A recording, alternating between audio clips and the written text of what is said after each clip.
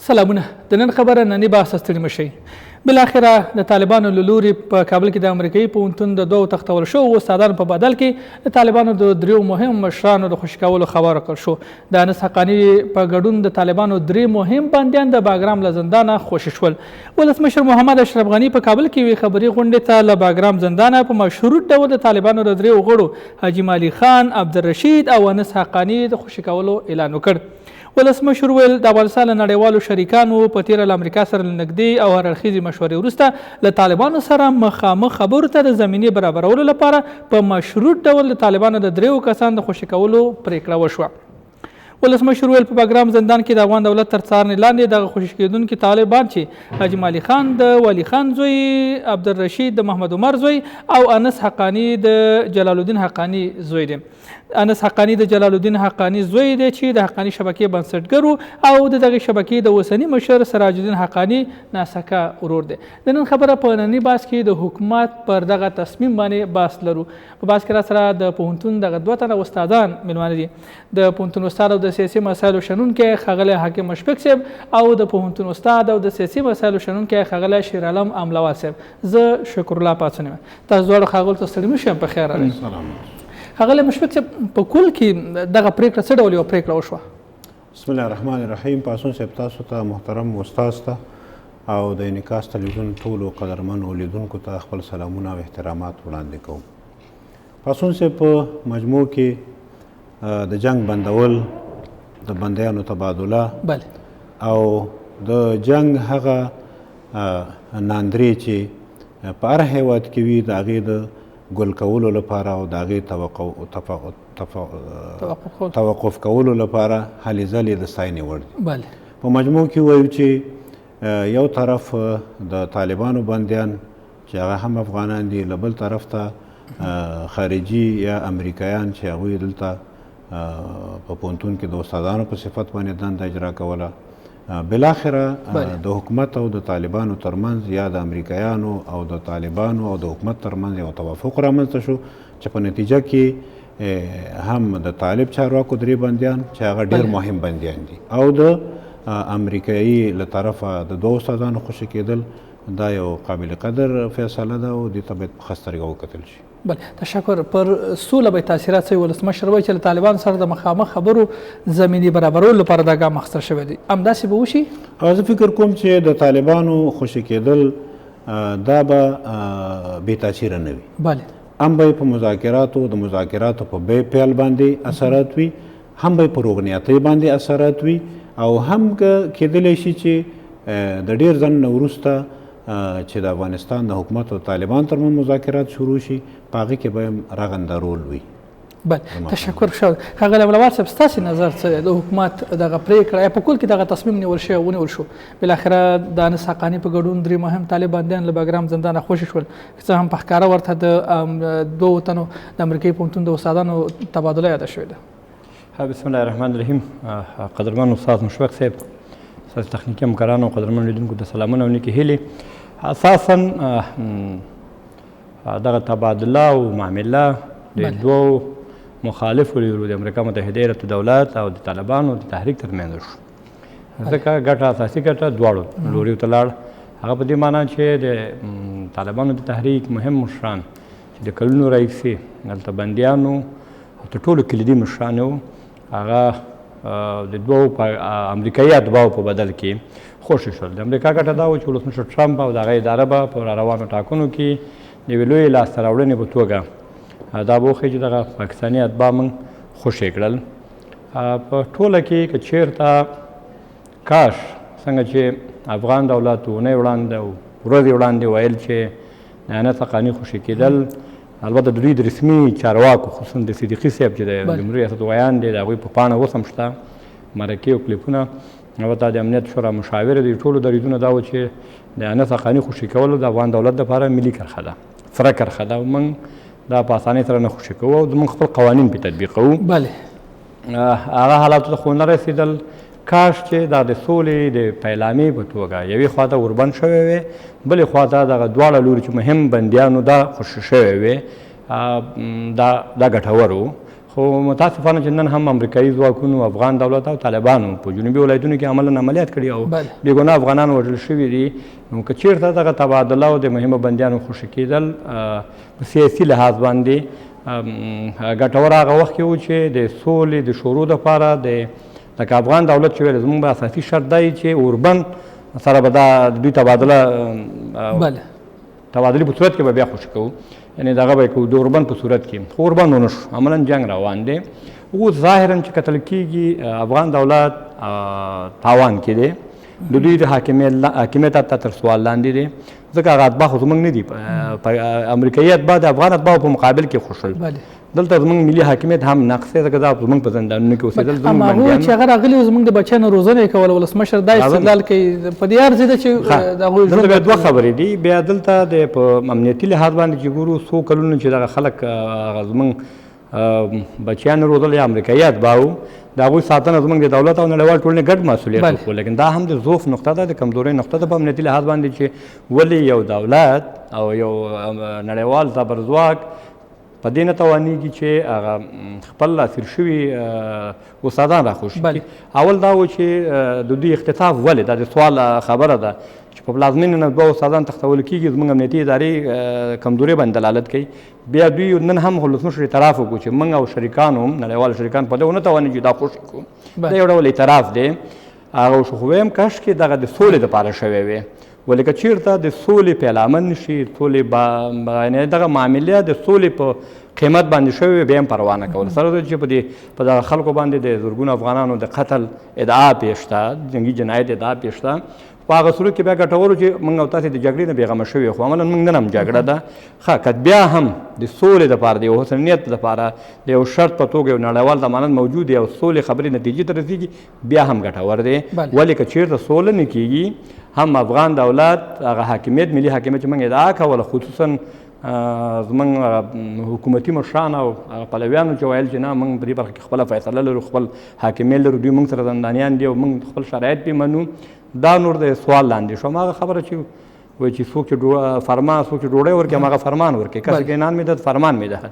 یعنې معنا دا چې موږ حکومت چې ته آماده نه وو. خو پرون بدبختانه زموږ د بل ګاونډي هېواد د سفاراتو مشر راځي او خلک بندیان دي نه وړي، خوشي کېږي او بالاخره نن زموږ ولسمشر مجبوري چې مطبوعاتي کنفرانس ورکړي. دا حالت ښه نه دی په امنیتي لحاظ باندې. ولې بیا تاکید کوم چې سولې دپاره ډېر ګټور دی که سوله پرې تامینه شي. ولې که سوله نه تامینېږي او جنګ ته ورځو یا په بل عبارت ګټې به څه وي؟ تاوانونه باندې به هم وغږېږو. لومړی ګټې به یې دا وي چې موږ به ورو ورو له جګړې نه به ووځو، سولې ته به لاړ شو او یو ثبات به رامنځته شي. ولې که چېرته دا قیمت مفت دغه ورکړلو، اوس افغان دولت مفته کې ورکړلو، که سولې په بدل کې وشي یا شوی وي ډېر ښه دی. ولې که سولې په بدل کې موږ بل امتیاز طالب ته ورکوو یا مخالفینو ته ورکوو، هغه نو زموږ په دولت په کمزورۍ باندې دلالت یې وکړو، دا موږ نه مفت لاړل صحیح. او که چېرته بیا جنګ دوام کوي، دا نو د هغه وسلوالې ډلې چې په ترهګرې ډلې چې شلو شاوخوا کې دي، هغوی دپاره زمینه مساعد کړي، هغه به راځي خلک به تښتوي او بیا به امتیازګري کوي، باجګري به کوي. موږ خپله ورته زمینه مساعده کړله چې هغوی هلته راشي. یو بله خبره چې تاسو وایي چې د حکومت مشرانو تر ډېره دا خبره یادوله چې دا موږ ته سرې کرښې دي، ملي کرښه ده. د خلیلزاد روسیې راتګ تر ډېره د همدغه استادانو په بدل کې د دغو دریو طالب مشرانو یا بندیانو خوشي کول، خو ممکن په دغه چنوښلو کې هغه سرې کرښې چې کومې ګټې چې د افغانستان دولت یو ډول د خپلو سرو کرښو په توګه مخ ته یې ښودلې ممکن منل شوي اوسي. ښه دلته کېدای شي چې افغان دولت ته به پردې تر شا نورې کیسې هم نتیجه راوځي، کېدای شي کومه معامله شوې. البته که دغسې کومه معاملې هغه به ناوړه معاملې، هغه معنا دا چې کېدای شي امریکایان ورته وایي چې بس د حاکم ټیم موده یا د ټاکنو د نتیجې په اړولو یا د بغیر له ټاکنو موږ ته ادامه ورکوو، موږ ته دا کار وکړو. کېدای شي دغه ته یو احتمال شته نه شو ردولی. ولې ښه خبره دا وه چې د سولې د آغاز په توګه، د سولې د حسن نیت په توګه، د یو شرط په توګه دا خوشي شوی وي، د دوی خوشي کېدلو سره همزمان اوربند شوی، دا زموږ په ګټه وه. یعنې یوه ورځ هم چې جګړه ودرېږي زموږ د دې ملت په ګټه ده. خو متاسفانه شو زما خبره دا وه که چېرته سوله هم خدای مکړه ونه شي او یا د سولې په مقابل کې نور امتیازات ورکړل شي، یعنې نورې معاملې وشي او بیا جنګ دوام وکړي، دا نو تر ټولو بدترین او خرابترینه معامله و چې زموږ دولت او زموږ د دې اوسني دولت نړیوالو همکارانو امریکا وکړله. بله، خو ولسمشر بیا وایي چې له طالبانو سره د مخامخ خبرو په شرط باندې دا خوش شوي دي، ممکن زمینه مساعده شي ورته. د افغانستان د یو مملکت ولسمشر چې دغسې یو خبره کوي دا نو ځمکنی واقع نه دی، یو خیال دی، یو خبره ده. همدغه ولسمشر هفته وړاندې د دوی رسمي دریځ دا و چې په هیڅ شکل موږ دا نه خوشي کوو، ولې نن لاړل. یعنې معنا دا چې مشفق صاحب خبرو کې هم دا یا راغله چې دوی دوه لوریو خبره ده ما وکړله. دا معامله خو د امریکا او د طالبانو ترمنځ شوه، صحیح ده که نه؟ امریکا خو استازی حکومت رالیږلی و، استازی یې رالیږلی و، خو ویې منله په فشار کې ومنله. نو ویې منله خو سیاست خو بیا همدې ته وایي چې څه راکړه څه واخله، ممکن څه یې ورکړي اوسي. آفرین، څه یې اخېستې هغه د ملت په روښانه کې ده، ښه خبره ده، موږ یې منو، ښه خبره ده. خو دویم کش کې داسې هغه د ملت په ګټه یې اخېستی څه وي چې روښانه کول یې په ملي زیان اوسي. هېڅ نشته، څه شی به سوله کوي خو ډېر ښه ده که نه. یو واحد شرط چې ده بیان کړو هغه د مخامخ خبرو په شرط یاد کړه. ما درته ویل چې هغه لا خبره ده، یعنې دا مخامخ خبرې د طالبانو سره په دې نه ارزي چې دا درې طالبان دې خوشي؟ نه، خبرې پرې نه ارزي، اوربند پرې ارزي. بلې د خبرو د پیل دپاره نه، خبرو پیل دپاره نه، بلکې د اوربند د شرط دپاره. خو ویم کش کې د پیل دپاره وشي، ښه دی که نه؟ خو دا باید دا معامله په دې شکل شوې وي ښه چې د که خلیلزاد سره یې منلی وه او که پرون د پاکستان د آیسای مشر راغلی و دوی سره دا معامله منله شوې، په هر چا سره چې منله شوې ورته به ویلي وو چې موږ یې خوشي کوو د سولې په بدل کې، او د سولې د خبرو دپاره به دوی حاضرېږي. زموږ دغه شرایط دي، دې شرایط یعنې هغه ټولې په شرایطو خو شوې، خو خبره ګټوره و، ملت دپاره په ګټه وه. لیکن که چېرته د یوې ډلې د حاکمیت دپاره یا نورو معاملو دپاره دا کار شوی، بیا دا بدترینه معامله ده، د ملت په ګټه نه ده. ولې که بیا هم یم چې سولې دپاره باید شي خو ګټوره. یو استاد د ډلې د حاکمیت خبره کوو، قوت خبره کوو، د طالبانو سره نوره جګړه نه منل کېږي. همدا اوس ځینې اوازې دا هم دي چې د طالبانو ځینې بیل شوي پلاوي د حکومت سره په بېلابېلو سیمو کې ناستې کړي، حتی د دوبۍ نوم یادېږي، د اماراتو نوم یادېږي، حتی داسې یادېږي چې د قطر دفتر او د ملاحفت الله ډلې سره بیلې شوي دي. داسې خبرونه هم زه د نقیص رپورټونه ورکول کېږي. یا په چین کې د افغان حکومت سره د ناستې خبره هم کېږي، د چین د ملي امنیت سلاکار راځي کوي. پوه شوم، خبره دا ده لا دغه وروستۍ معامله چې وشول که بېطرفانه قضاوت کوو، لا د طالب په قوت دی، ځکه د طالب هغه جنګي ماشین حقاني شبکه ده. که حقاني شبکه د دې تبادلې په بدل کې سولې ته حاضرېږي خو ګټوره ده، هغه نورې ډلې بیا کمزوري کېږي. همدغه حقاني شبکه کولی شي که د دولت سره، یعنې که داسې د دولت سره مدغم کېږي یا یو په نوي پلاتفورم باندې کار کېږي، هغه وړې ډلې چې پاتې کېږي هغه یو څه کمزوري کېدی شي، دا امیدواري شته. لیکن که چېرته دا د سولې نه بغیر نورې معاملې شوي بیا نو ګټور نه دی که نه. خبره موږ واضح کړله، سولې دپاره هېڅ مشکل نشته، دا به وزغمل شي، هر څه چې تیر به شي، راتلونکي دپاره به موږ فکر وکړو. ولې که راتلونکي کې موږ په جنګ کې پاتې کېږو نو دا به نو زموږ په کمزورۍ دلاله کې بیا به هره ډله پاڅېږي. یو بله خبره هم کېږي، هغه دا دی چې دغه بندیان وایي قطر ته لېږدول شوي، دا خبرې هم کېږي. مستقیما د طالبانو یا د حقاني شبکې جګړې لیکو ته نه دي ورستول شي، خو بیا هم زموږ د حاکمیت د ساحې نه وتلي دي. اما د جګړې لیکو نه خو بیل شو که نه. قطر کې خو ملا برادر هم ناست دی، نور مشران هم ناست دي. دا خو هماغه جګړې دوی خو رهبري کوي، رهبري له هماغه ځای نه هم کولی شي، صفوفي جنګېږي. یعنې که چېرته دا د سولې په بدل کې شوې وي ګټوره، بیا تکراروم دا خبره. لیکن که چېرته د جنګ خبره وي چې دا په زندان کې جنګ دوام لرو، خو ګوره بیا یو امنیتي خبره راته وکړم. بیا ښه د زندان کې چې ډېره پورې ویل کېدل چې موږ حقاني اداموو که بریدونه مو کړل، ګورئ هغوی زیات بریدونه د دې ویرې هم نه کول په امنیتي لحاظ باندې چې هلته انس حقاني ادامېږي. نن هغه د اعدام د دایرې نه ووتو، که چېرته د سولې موافقه ونه شي او جنګ ته موږ دوام ورکړو، هغوی جنګ ته شدت ورکوي، هغوی قوي کېږي، هغوی لاس بند نه دی دلته، مخکې بند و دا 15 کاله. هغوی مهم کسان بندیانو، هغه یو ډول بهانه هم و، یو ډول چې زموږ د اسارت لاندې و، زموږ زندانیانو. اوس خو ورته میدان خالي کېږي، که هغه قطر کېږي که په اسلام آباد کې ناست او که په میرامشاه کې او که کوټه کې او که په هلمند کې جنګ دی کوي او هغوی سازماندهي کولی شي له هماغه ځای هم. تشکر، من خوشحاله. ښاغلی مشفق صاحب، که چېرته رښتیا هم ولسمشر چې وایي چې د طالبانو سره د مخامخ خبرو د زمینې برابرولو په شرط باندې دغه معامله وشوه یا دا ګام واخیستل شو، دغسې یو پروتوکول د طالبانو سره د مخامخ خبرو باندې ارزېدی شي نه؟ پاڅون صاحب، زه فکر کوم چې د افغانستان سره، د افغانستان د حکومت سره د طالبان مستقیمې خبرې به د دغه پروتوکول یا د بندیانو په تبادلې پورې منحصرې نه وي. ځکه چې د طالبانو او د امریکایانو ترمنځ تقریبا 9-10 میاشتې مذاکراتو دوام فکر کوم ټول ضروري مسایل د هغوی ترمنځ حل شوي دي او د مذاکراتو په نتیجه کې یو توافقنامه د هغوی ترمنځ رامنځته شوه چې بالاخره ټرمپ ته ولیږل شوه او د ټرمپ په میز باندې پرته وه. ټرمپ چې دی د مذاکراتو نه انکار وکړو او هغه امضا نه کړه. داسې معلومیږي چې راتلونکی دور چې بیا پیلیږي دا به د طالبانو او د افغان حکومت ترمنځ وي. ځکه د افغانستان مسله په عمده ډېر آباد لري خو دا درې عمده بودونه دي چې طالب عمده بود دی، امریکا او د افغانستان حکومت. نو هغه دواړه طرفونه نتیجې ته رسېدلي دي، مسله د هغوی ترمنځ خلاصه ده.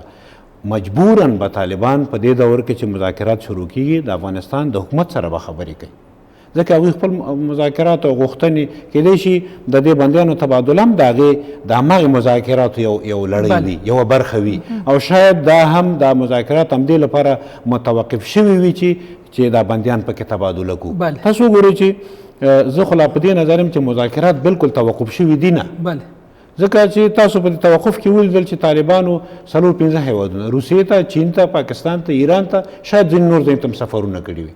خلیلزاد خپله راغی پاکستان ته، جرمني ته، افغانستان ته، قطر ته، روس ته، د نړۍ ډېرو هیوادونو ته لاړ. همدغه پلاوي دي. نو زه وایم چې مذاکرات توقف نه دی کړی، کیدلی شي همدغه بندیانو تبادله او خلاصېدل دا هم د دغې توافقنامې یوه برخه اوسي، هغه سرته ورسېده. اشرف غني یو خبره کوي چې په مشروط ډول موږ د بندیانو خوشي کېدل کړي دي. زه فکر کوم دا سیاسي خبره وي د خلکو د غولولو لپاره، ځکه چې ستا له قلمرو نه وځي، ستا د سرحداتو نه وځي، ستا له واک نه وځي، ته بیا په کومه وسیله کولی شي چې تا د کوم هیواد سره توافق ته رسېدلی چې هغه توافقنامه دې بیا د دې باعث شي دا بندیان د ستا د شروطو نه پوره کېدو په صورت کې بیرته محبس ته راشي. که قطر دی، که دوحه د ستا د قلمرو نه بیرون دی، که د طالبانو دفتر دی هغه د ستا په واک کې نه دی، هغه د طالبانو په واک کې دی. نو زه فکر کوم چې د افغان حکومت سره د طالبانو مذاکراتو کې دغه بندیان خلاصېدل اثر لري، بې اثره نه دي.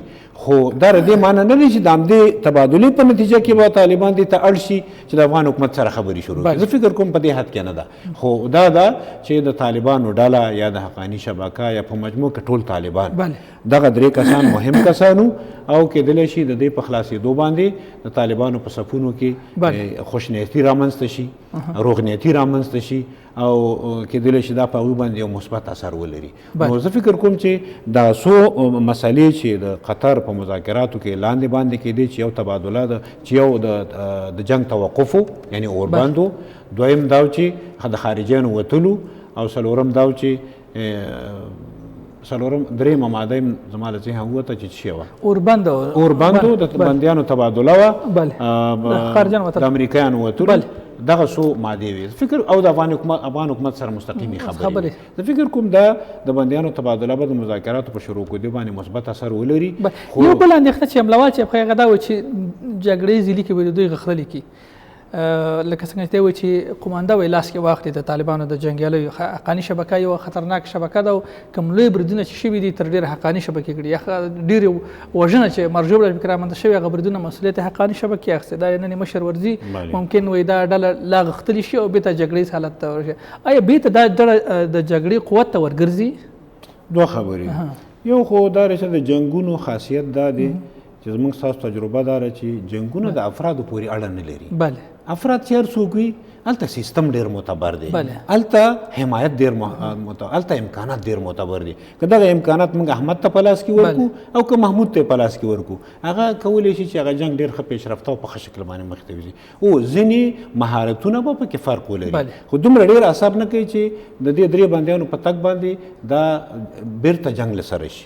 خو مهم شی دا دی چې که د افغان حکومت او د طالبانو او د امریکایانو ترمنځ داسې یو توافقنامه رامنځته شي چې په نتیجه کې جنګ ودرېږي، بندیان تبادله شي، د افغانستان په راتلونکي حکومت باندې خبرې وشي او د خارجیانو په وتلو ته یو ټم ټیبل جوړ شي، نو بیا دغه شیان قابل تشویش نه دي. که خدای ناخواسته شوي مذاکرات، د طالبانو دغه وعدې، د افغانستان حکومت خوشبیني، د ملت خوشبیني، دا ټول منفي طرف ته منتج شي، نو بیا خو کېدلی شي چې یو بل څه چې هغه د ولس د مخ ور اورېدنه ده د طالبان لپاره دومره یو لوی ګام واخیستل شو دا یو لوی امتیاز دی ورته ورکړل شو صحیح ده که بیا هم طالبان په جګړې ټینګار کوي جګړه کې ټول ولس وژل کېږي هرې خوا نه ولس وژل کېږي د ولس مخ به نه وروړي یا طالبان به د ولس مخه نه کوي تاسو وګورئ چې افغان حکومت چې د نړۍ د ډیرو هیوادونو د پشتیوانۍ نه برخوردار دی خپل امکانات لري ملت ورته عسکر او پولیس او فوج ورکړی دی څومره د فشار لاندې جنگ په وجه همدغسې طالب لس چنده د فشار لاندې دی یعنی هغه فشار چې افغانستان حکومت محسوسوي د هغې لس چنده او شل چنده فشار طالب محسوسوي بې وطنه دی بې کوره دی په ولس کې ورته څوک ځای نه ورکوي بمبار پې کېږي مشکلات ورسره مخ کېږي په زرهاو قسمه بندیزونه ورباندې شته بیا هم هغه د مشکل سره مخ نه دی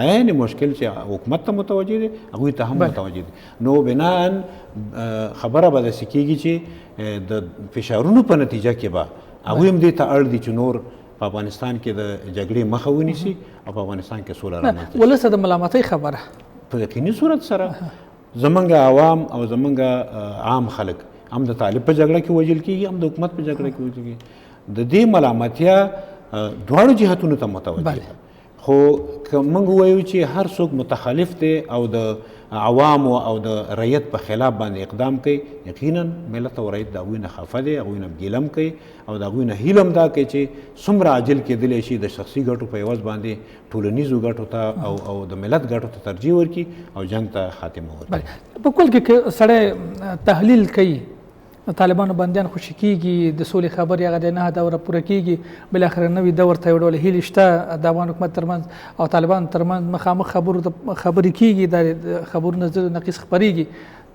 د افغانستان د حکومت او طالبان ترمنځ دا روانه جګړه به تداوم پیدا کوي که نه ورځ ورځ به له منځه ځي زمونږ په هېواد کې جګړه 40 کلنه شوه یو 40 کلنه شوه او د جګړې د خاتمې لپاره وخت ناوخت د سولې مذاکرات شوي دي خو اوسنی وخت د پخوانیو وختونو په نسبت باندې ځینې فرقونه او تفاوتونه منځته راغلي دي یو وخت کې دا چې افغان حکومت په دې اړه نه ویم افغان حکومت همیش د سولې لپاره ښه نیت ښودلی هغه که کرزی صاحب او هغه که اشرف غنی دی په یقیني صورت سره ووایو چې افغان حکومت د سولې په ټینګېدلو کې روغنیتي ښودلې ده 21 کرته کرزی د سولې د راوستلو لپاره اسلام آباد ته سفر کړی همداسې اشرف غني د خپل کار په لومړۍ وختونو کې په خپلو اولویتونو کې صلح واچوله د دې لپاره اسلام آباد او نورو هیوادونو ته سفرونه وکړل طالب ته د بلاقیا د شرط مذاکراتو لپاره وړاندیزونه وکړه او طالب ته دا وویل چې تاسو له یو سیاسي تنظیم په صفت افغانستان کې حق لرئ راځئ څه چې غواړئ یعنې یقینا روغنیتي ښودلې ده خو راځو دې ته چې د افغانستان جګړه داخلي جګړه نه ده پاسون صاحب دا نه د طالب پورې اړه لري نه د افغانستان د حکومت پورې اړه لري په دې کې د نړۍ اکثره هیوادونه چې 58 هیوادونه په نظامي لحاظ باندې په دې جګړه کې شریک دي هغه هیواد چې دلته راغلي عسکر مړ شوی دی هغه په دې جګړه کې ځان شریک ګڼي هغه وایي چې مانه د دې په صلح کې او په جنګ کې زمانه پوښتنه وشي هغه موږ یو افغانان یو چې بې شماره د چرګانو په شان وژل کېږو او زموږ لپاره څوک غږ نه اوچتوي هر هغه هیواد چې افغانستان ته راغلی هغه د افغانستان په جګړه کې ځان شریک ګڼي هم په سوله کې هم په جګړه کې نو دا نړیواله جګړه ده دلته وګورئ 58 هیوادونه او جمع ورسره نور هیوادونه او جمع ګاونډیان دلته که د چا په جګړه کې ګټه وه هغه جګړې پلوي کوي دلته که د چا په صلح کې ګټه وه هغه د سولې طرفي کوي نو زه وایم چې دا مختلف ابعاد په یو وخت کې راجم کول دا لږ وخت هم غواړي او روغنیتي غواړي درېیمه خبره چې په دې اړوند زه کومه د ټولو نه مهمه خبره د دې ټولو بیروني ابعادو نه او د 58 ملکونو نه علاوه په خپله د افغانانو په منځ کې یو سیاسي ثبات او یو سیاسي همفکري رامنځته کول پکار دي تاسو وګورئ د حکومت اړخ وګورئ استاد په دې ډېره مطالعه لري تاسو خپله ژورنالست دی په دې پوهېږئ تاسو په داخل د حکومت کې وګورئ چې څومره ګډوډي ده ثبات لرو موږ اتفاق نظر لرو موږ د سولې تعریف موږ اوسه پورې په خپل پیدا نه کړ د اشرف غني د عبدالله د حکمتیار صاحب او د نبیل صاحب او د نورو سیاسیونو ترمنځ نو سولې ته موږ توافق نه لرو دویم دا دی چې په مخالف جهاد کې موږ دغسې خلک لرو چې د ځینو خلکو په جنګ کې ګټه ده، هغوی د جنګ لپاره لمنه وهي، او ځینې خلک چې د وطن دوست خلک دي، د خپل ملت او د قوم سره غلري مینه او محبت لري، هغوی د سولې مذاکرات مخې ته وړي. بالاخره داخلي اجماع چې ډېره مشهوره هم ده د اجماع خبره،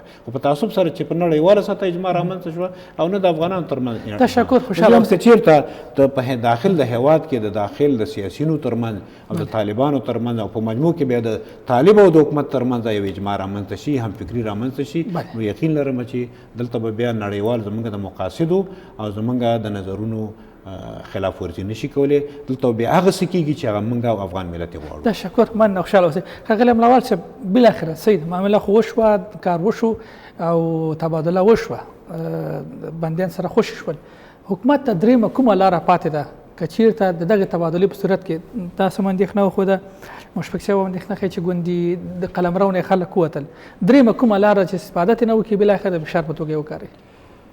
دا اساساً څنګه چې د ولسمشر غني په مطبوعاتي کنفرانس کې چې دغه تصویر یې شاته شته دی، دوی هم یادونه وکړه چې ډېره سخته پرېکړه وه، واقعا هم سخته پرېکړه وه. دغه کنفرانس له دې تصویرونو معلومیږي چې د ویر په رواني لحاظ باندې دغه د دولت ټول مشرتابه چې په دې کنفرانس کې ولاړ دی، زموږ د قضایي قوې او د مقننې او اجرایه درې واړو ځواکونو مشران ولاړ وو، خواشیني او خفګان او یو ډول رواني وارخطایۍ او د ویرې سره مخ وو.